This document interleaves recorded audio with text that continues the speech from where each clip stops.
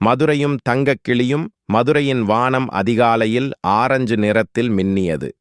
அங்கே கதிரன் என்ற ஒரு அழகான சூரியக் கிளி பறந்து கொண்டிருந்தது. அவனது சிறகுகள் தங்கத்தைப் போல ஜொலித்தன. கீழே தெரிந்த பெரிய கோபுரங்களைக் கண்டு அவன் வியந்தான். கதிரன் மெதுவாக பறந்து மீனாட்சி அம்மன் கோயிலுக்குள் நுழைந்தான்.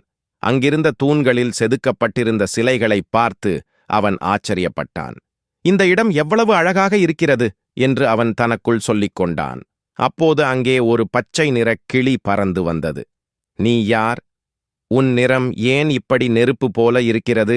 இங்கே எல்லா கிளிகளும் பச்சை நிறத்தில்தான் இருக்கும் என்று அந்த பச்சை கிளி கேட்டது.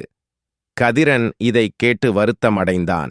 நான் மற்றவர்களைப் போல இல்லையே என்று நினைத்து அவன் ஒரு இருட்டான மூலையில் போய் அமர்ந்தான்.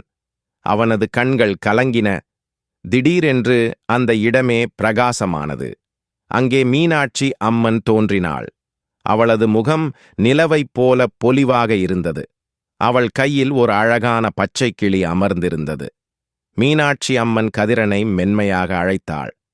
கதிரா, இங்கே வா என்றாள். கதிரன் பயந்து கொண்டே அவளது கையை நோக்கி பறந்தான். அம்மன் கதிரனை வருடிக் கொடுத்தாள். இந்த உலகத்தில் ஒவ்வொரு பூவும் ஒரு நிறம், ஒவ்வொரு பறவையும் ஒரு அழகு.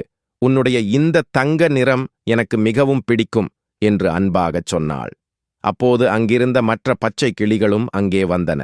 மீனாட்சி அம்மன் எல்லா கிளிகளையும் பார்த்துச் சிரித்தாள். நீங்கள் அனைவரும் என் பிள்ளைகள் என்றாள். கதிரன் இப்போது மிகவும் மகிழ்ச்சியாக இருந்தான்.